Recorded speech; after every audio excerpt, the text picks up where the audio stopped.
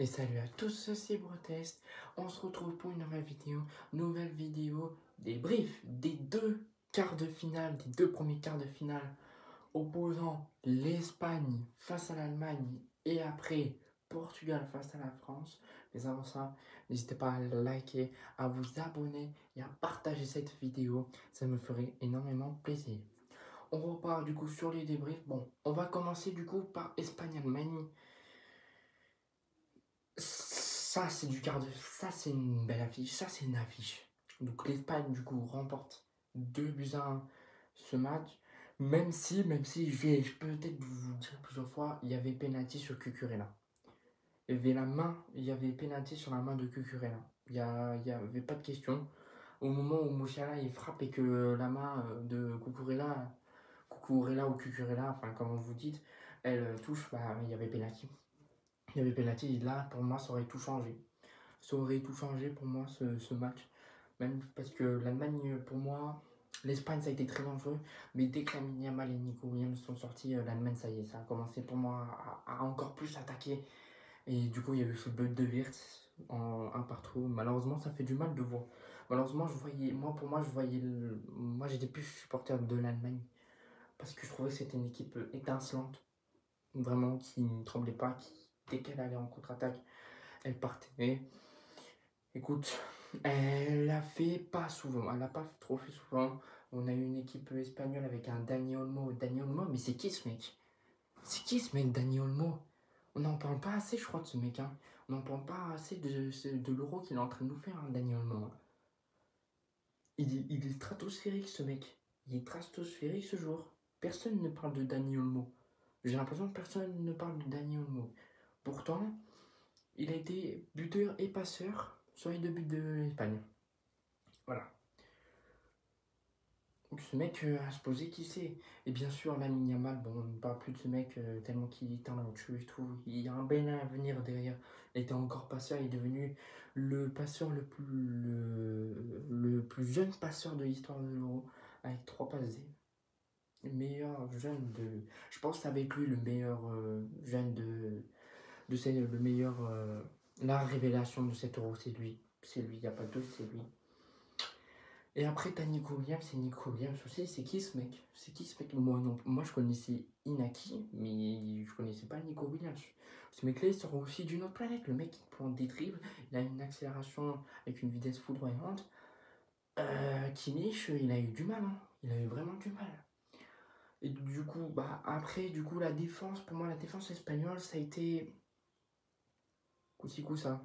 Vraiment, ça a été vraiment un match, par contre, de boucher. Là, les Allemands, surtout les Allemands, ils étaient pas là pour rigoler. Déjà, quand tu vois Toni Kroos faire un tacle en te faisant une balayette sur Pedri qui s'est blessé, c'est pas souvent qu'on voit ça, hein, vraiment. Hein. Toni Kroos qui fait ça, c'est pas souvent qu'on voit ça. Hein. Ensuite, t'as Kimmich sur Cucurella qui saute et met son coude et du coup Cucurella tombe. Mais après, t'as eu plein de petites fautes et tout, ouais, je crois. Puis Kroos sur la Yamal aussi. La Yamal, lui aussi, il était vraiment. Vraiment, la Yamal, on l'a vu un petit peu offensivement, mais c'est tout, vraiment. Parce que vraiment, elle a été stoppée par Daniel Raum. Et des fois, il y a Musiala qui faisait le top. Bon, Musiala, je trouve, il n'a pas fait un match excellent. Vraiment, Musiala, sa qualité de dribble, elle m'a dégoûté un peu. On a l'impression qu'il fait du joga bonito là sur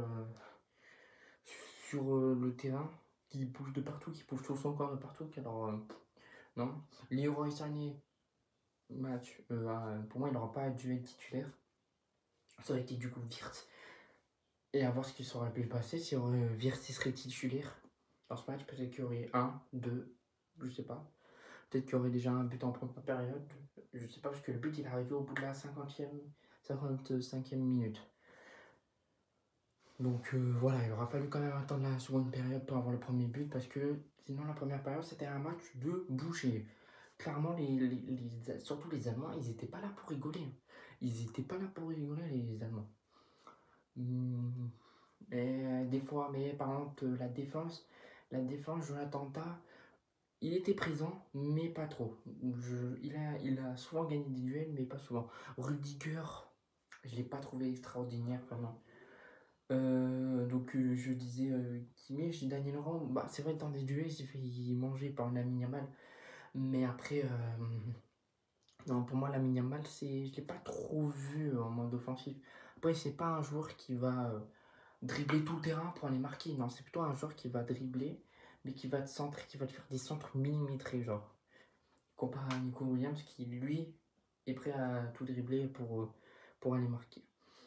Après, du côté, Rodri, un match bof, vraiment Rodri. Pedri, bon, on peut pas dire parce que, enfin, Pedri moyen parce que lui, il a été blessé. Pedri, vraiment, c'est vraiment un malchanceux. Pedri, à chaque fois dans un grand moment, il est blessé. Et Dani Olmo, Dani Olmo, je crois que ça a été le meilleur joueur de ce match. Clairement, il y avait pas de doute. Le mec, je crois, il a reçu une note de 8,8, il me semble. 8,8, c'est très très fort. C'est sûr que quand on est en buteur et passeur dans un même match, c'est sûr que tu peux pas avoir une note dégueulasse. À part si tu fais ça, mais contre son camp. Là, c'est vite réglé. Après, du côté de la défense espagnole, enfin du côté du gardien, Unai Simon, a fait des parades, mais vraiment des parades moite-moite. Bon, il y a certes, je pense, le moment où vraiment il fallait peut-être sortir la parade, mais qu'il a été vraiment de la chance, c'est quand je crois, je sais plus si c'est Wirtz, ouais, c'est Wirtz qui fait la centre pour Füllkrug et que Füllkrug met le poteau. Ça, je pense, là, les Espagnols, ils ont tous eu chaud. Tous eu chaud, hein. Je pense que là, les Espagnols, là, ils ont pas. Ils étaient à ça, vraiment, de. Le coup de pression, en fait. Le coup de pression qui arrive en plein moment. C'est sûr, dans un match, hein, même dans un moment, t'es sûr que d'avoir un coup de pression. Ça arrive à chaque fois. Mais après, l'Espagne, vraiment, l'Espagne a eu peut-être les. L'Espagne a été pour moi plus efficace, c'est vrai, que l'Allemagne. Parce que l'Allemagne a eu beaucoup plus d'occasions, beaucoup plus de tirs cadrés, c'est vrai. Mais pas assez, pas assez encore plus efficace que Neuer. Neuer, c'est vrai qu'à vraiment Neuer, lui, ça a été un match vraiment, je vais te dire un truc, ça a été un match, je vais lui mettre 3,5 sur 10. Parce que il n'a pas été vraiment présent dans. Là-bas, c'est sûr qu'il s'est pris 2 buts surtout. Mais aussi, sinon, pratiquement, il a pratiquement rien fait. Genre, le mec, je l'ai pas vu dans le match. Je pense que c'est le seul joueur que j'ai pas vu dans le match.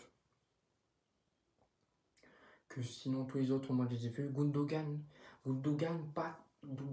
ça sera à peu près un 5,5 voire 6 sur 10. Tony Kroos, lui, vraiment, lui, il était vraiment là pour pas rigoler. Donc 6, 7 sur 10. Match propre, même s'il a vraiment défoncé le genou de Pedri. Voilà, mais après, Pedri, il est souvent fragilisé, enfin, et tout. Donc, du coup, là, l'Espagne s'impose 2-1 au bout des prolongations, à la 119e minute. Et ben, il y a ce but de Miguel Merino. Qui aurait pu penser que c'était ce mec-là qui allait sauver l'Espagne? Je sais pas. Je sais pas qui aurait pu penser que c'était lui qui allait sauver l'Espagne. En tout cas, moi, je savais pas. Moi, je pensais que ça allait jusque. Moi, pour moi, je ne sentais pas du tout ce but espagnol. Je le sentais pas, pourquoi? Écoute, c'est l'Espagne qui remporte ce match, mais quand même, mais il y a vraiment un truc, un détail pour moi qui m'a fait chambrer, qui m'a fait vraiment qui m'a un peu énervé sur l'arbitrage. C'est cette main. Comment tu ne peux pas siffler la main? Alors certes, quand elle est collée à ton corps, oui, là je comprends, mais la main, elle était quand même comme ça. Genre le mec, il était comme ça, genre. Avec la main un peu, vraiment, la main elle était vraiment collée, collée, collée, décollée, décollée. Et Moussiala, en plus, vraiment, en plus, je vois parfaitement là. En plus, c'est parfaitement sur la main et tout. Enfin, je comprends pas. Je comprends pas. C'était dans la surface de réparation, je comprends pas. Je comprends pas pourquoi il y a même pas eu quelque chose et tout. Enfin, vraiment, l'arbitrage, ça n'a pas été vraiment. L'arbitrage, ça n'a pas été un bon arbitrage, non. Parce qu'en plus, je crois qu'il y avait même des fautes pour Espagne et tout. Enfin, même, c'est vrai que moi, pourtant, j'adore Toni Kroos. Mais c'est vrai que sur le tacle de Pedri, c'est vrai qu'il aurait dû recevoir quand même le jaune, quand même. Que c'est quand même un peu une balayette. Après, il le fait pas exprès, hein. Je dis pas qu'il le fait exprès. Mais ouais, c'est vrai que ça a mérité quand même un jaune. Mais après, sinon, le match était plaisant à regarder. Voilà, ça c'était, je crois, que c'est le seul match qui m'a donné envie de le regarder. Parce que, excuse-moi, Portugal-France, on va en parler après. Pour l'instant, je vais rien dire. Vraiment sur les France-Belgique, alors oui, certes, on a eu beaucoup d'occasions de les Français, mais ça n'a pas été un match vraiment avec pression, pression, pression. Pareil pour, je sais pas, pour Espagne-Géorgie, enfin, je sais pas. Que là, on le savait tous que ça allait au moins se passer, que au moins il y aurait que au moins il y aurait plus de deux buts, ça c'était sûr. Parce que vu des deux niveaux là, des nations pendant cet euro, vraiment ça aurait été une affiche de demi-finale. Hein. Demi-finale, peut-être pas finale, mais demi-finale. Finalement, ils se retrouvent en quart. D'un côté, nous, bah, d'un côté, ça nous soulage pas. Genre, on affronte l'Espagne. Moi, pour moi, je le vois à peu près serein ce match. Face à l'Espagne, je dirais le pronostic à la fin. En plus, après, je dois parler. Ce sera une longue vidéo parce qu'en plus, je vais parler aussi de l'Angleterre ce soir face à la Suisse et des Pays-Bas face à la Turquie. Mais voilà, enfin, ce match, vraiment, c'est vraiment un match que je plains les autres qui étaient au travail encore. Qui étaient encore au travail pour. Qui aiment le foot et tout, parce que ce match-là, il fallait le regarder. Déjà, même avant le match, pour moi, j'étais obligé de le regarder. Espagne-Allemagne, excusez-moi, les gars.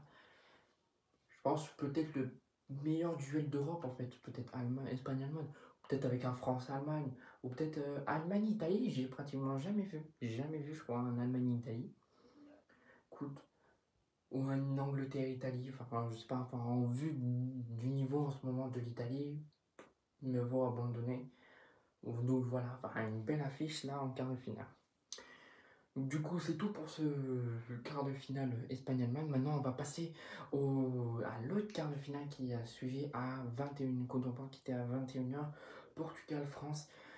Et vraiment, vraiment, vraiment, vraiment, moi j'ai eu chaud. Vraiment, je tremblais limite. Parce que le Portugal, quand même, a eu des occasions vraiment tranchantes. Mais pour moi, on a la meilleure défense de l'Euro. Il n'y a pas de doute, on a la meilleure défense de l'Euro. On a encaissé un but, mais c'était un but sur penalty qui a été du coup retiré. Pas retiré, il a dû obligé d'être retiré parce que McMillan il avait mis un pied en haut de la ligne. Enfin, c'est vraiment un jeu. En plus, Lewandowski il fait plein de feintes et tout. Enfin, ça casse les pieds, genre. Voilà, ça casse les pieds. Donc, je plains les gardiens. Pour moi, il y aurait. Pour moi, alors, ok, tu fais les feintes. Bah alors, t'as le droit de bouger sur ta ligne. T'as le droit de mettre un pied devant la ligne et tout. Voilà. Comme ça, c'est vite réglé. Même s'il y a la pression et tout et tout. Non, bah, eux, ils ont le droit de faire plein de choses que les gardiens n'ont pas le droit. Genre. Si, ils ont même retiré le truc. C'est vrai que c'était un peu de la triche, genre le truc de savoir la probabilité de savoir où va tirer qui. Enfin voilà, c'est vrai que c'était un peu chaud. Mais du coup, bah, ce match, Portugal-France, vraiment, je vais être honnête, j'ai eu chaud. Mais c'était quand même ennuyeux quand même. C'était pas. Vraiment, c'était un match comme. Tu ressens d'un match extraordinaire vraiment entre l'Espagne et l'Allemagne pour après que tu sortes, pour après que tu ailles dans un match pas très ouvert. Enfin, il y a eu des occasions des deux équipes. Et c'est ça vraiment le problème. Mais pour nous, c'est vrai qu'on a eu les plus grosses occasions. Enfin, on a eu plus de grosses occasions que le Portugal. Même si le Portugal avait la possession de balle pratiquement sur tout le match. Sur tout le match, mais eux, ils se replaçaient. Par contre, ce qu'ils savaient, c'est que quand nous, on avait une contre-attaque, ils se replaçaient direct. Hein, parce que les gars, les mecs du Portugal, ils avaient peur de nous. Ça, c'est un peu compréhensible parce que c'est vrai qu'en attaque, on peut être très bon. Mais, enfin, peur de nous, avec quand même l'attaque qui, en ce moment, ne fait pas grand-chose. Quand même, les Portugais sont vraiment sympas avec nous. Vraiment, vraiment, ils sont vraiment sympas de dire qu'on a peur de se prendre des contre-attaques. Écoute, vraiment un match vraiment pas plaisant à regarder. En plus, ça a dû aller en prolongation. En prolongation, il s'est pas passé grand-chose. Enfin, si, je crois, il y a eu une. Enfin, si, il y a eu la dernière occasion là, de Pedro Gonçalves ou un truc comme ça sur la passe. Où je crois qu'ils font une. Je me rappelle plus trop vraiment de la fin. Tout parce que c'était hier, hein. En même temps on a un peu dormi, donc c'est sûr que tu peux pas te souvenir pratiquement tout du match. Ce qu'on retient plus, c'est la séance de penalty, ça c'est sûr. Pratiquement, c'est à peu près tous les tireurs du côté France et du côté Portugal. Donc ouais, c'était un match vraiment où on a dû vraiment attendre pour la prolongation plus penalty. Ça fait quand même deux matchs, deux quarts de finale qui sont au-delà des 90 minutes. Donc ça se voit à peu près, ça se voit. Mais on se dit, ça se voit quand même que c'est deux grandes équipes qui s'affrontent. Bon, après c'est vrai qu'il y a eu le Portugal-Slovénie. Vraiment le Portugal, pour moi, ils n'ont pas bien joué ce match. Ils n'ont pas bien joué parce que la Slovénie, c'était vraiment... Même s'il y avait Yann Oblak, qui est un super gardien, ils avaient vachement l'avantage, ils l'ont pas fait, le Portugal. Donc ils réussissent à gagner les pénaltys pour passer face à la France, pour perdre face aux pénaltys. Et nous, en plus, nous, pour une fois, et je crois que c'est arrivé depuis pas très longtemps, enfin depuis très longtemps, c'est quand même, on a enfin gagné un tir en pénalty quand même. Hein. Ah oui, moi, les deux dernières séances de pénalty qu'on a fait en compétition, c'était la finale de la Coupe du Monde 2022 qu'on a perdu aux séances de pénalty et le huitième de finale de l'Euro 2021 qu'on a perdu aussi. Donc là, on peut vraiment briser cette malédiction. Maintenant, ça y est. Et c'est depuis l'arrivée de Maignan que maintenant, c'est depuis l'arrivée de Maignan maintenant qu'on est arrivé, qu'on est plus chaud au penalty parce que vraiment Maignan, pour moi, il était pas loin de faire pratiquement comme Diogo Costa, hein, de les arrêter les trois. Hein. Parce que Ronaldo, Maignan, il était pas très loin d'arrêter la frappe de Ronaldo. Pareil pour Bernardo Silva. João Félix est sur le poteau. Ensuite, c'est Nuno Mendes, je crois. Ouais, c'est Nuno Mendes, il me semble. Je crois que c'est Lucarne opposé. Ouais, je pense que c'est là aussi que ça pas. C'est là que là, ça. Il est parti, je crois, de l'autre côté. Et après, on met ses 4 pénaltys. 4 pénaltys d'affilée quand même. Ça, on peut, ça, on peut bien le fêter.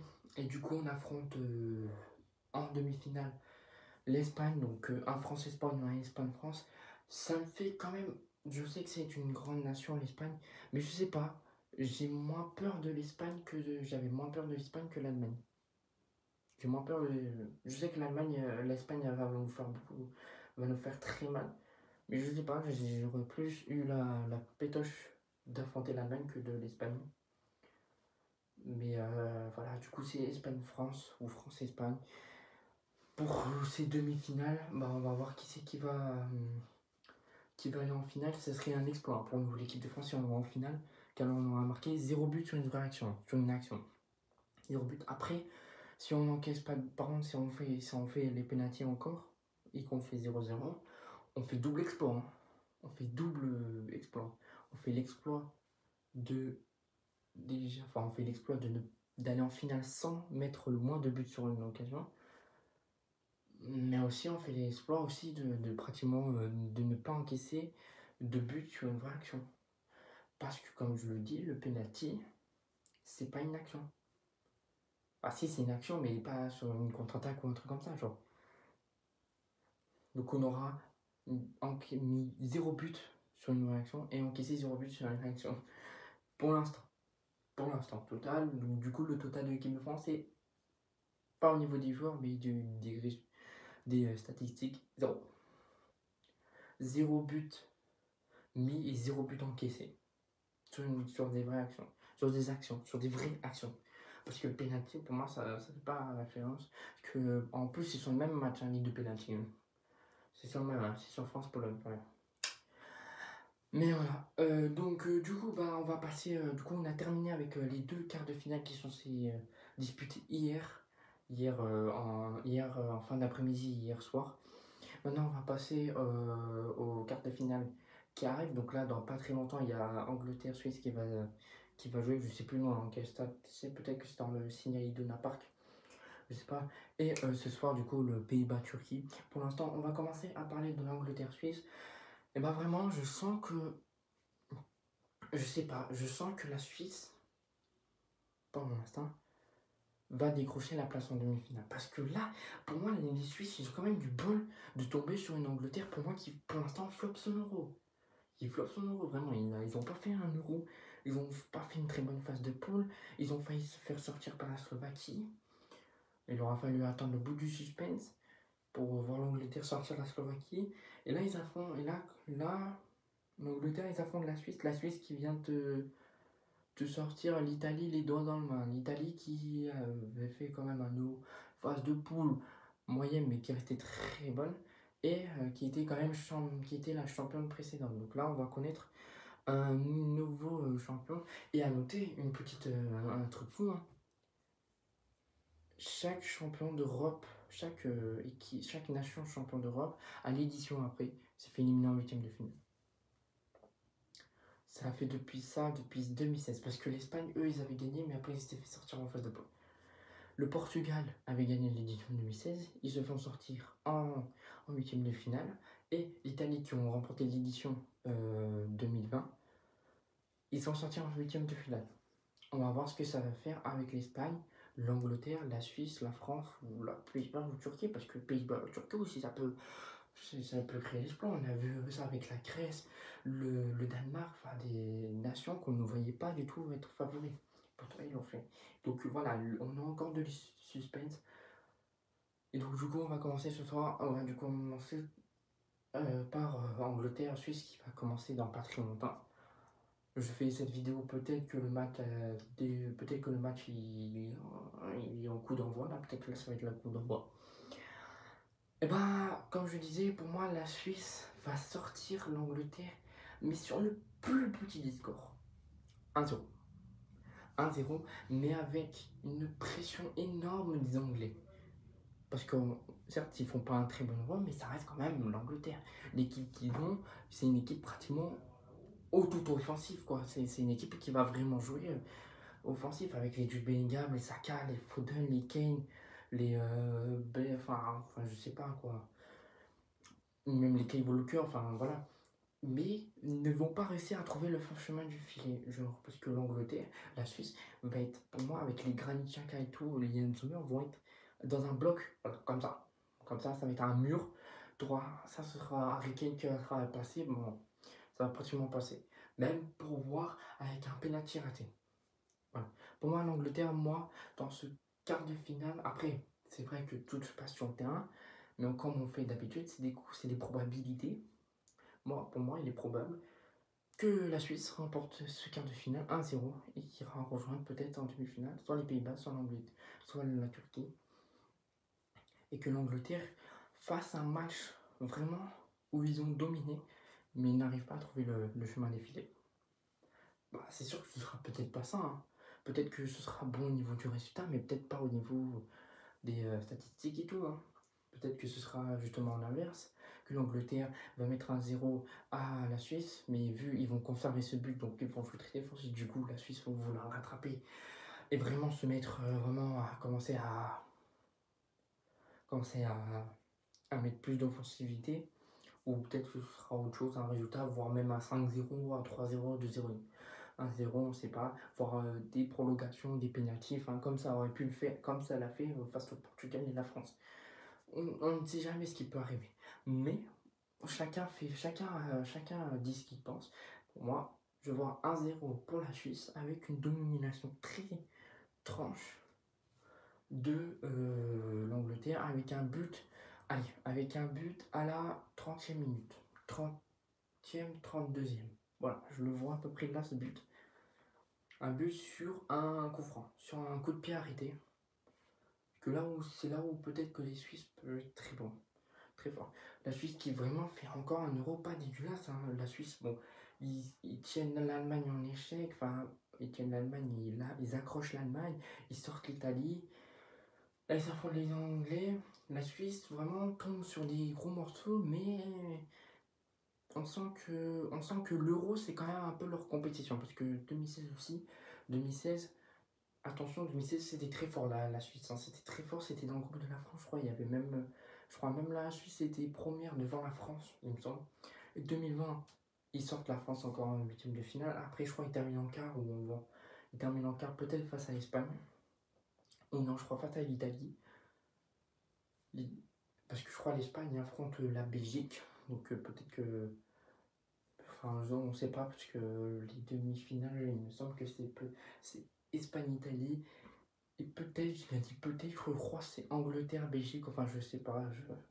Je n'ai plus les résultats de l'Euro 2020, mais ce qu'on sait, c'est que la finale c'était Italie-Angleterre à Wembley et que c'est l'Italie qui l'a remporté sur les pénaltys.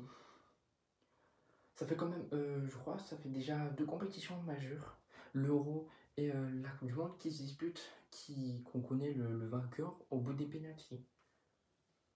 Ah oui, la Coupe du Monde 2022 c'était pénalty, Euro 2020 c'était pénalty.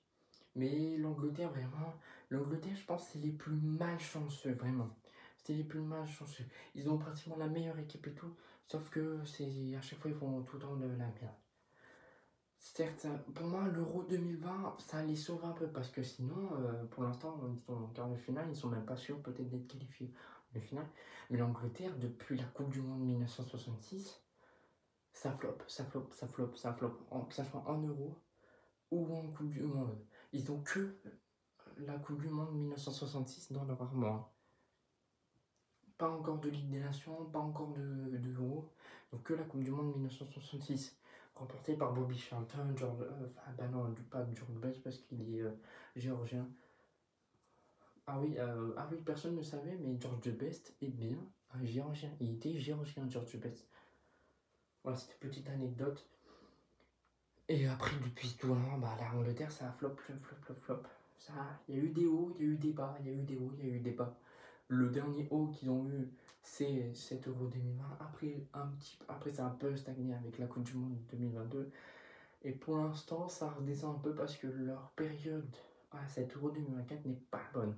N'est pas très bonne. Ils sont pas percutants. Enfin, vraiment, ce but de Bellingham, vraiment, heureusement que Bellingham il est là. Même si sur les 2 matchs qui ont suivi en phase de poule, il a été fantomatique. Voilà. Donc, ouais, je redis, je vois la Suisse gagner 1-0 face à l'Angleterre, mais avec une domination de la tête aux pieds de l'Angleterre. Et du coup, on va passer au dernier quart de finale qui se dispute ce soir à 21h sur TF1, parce que là, tout à l'heure, ça va être sur M6.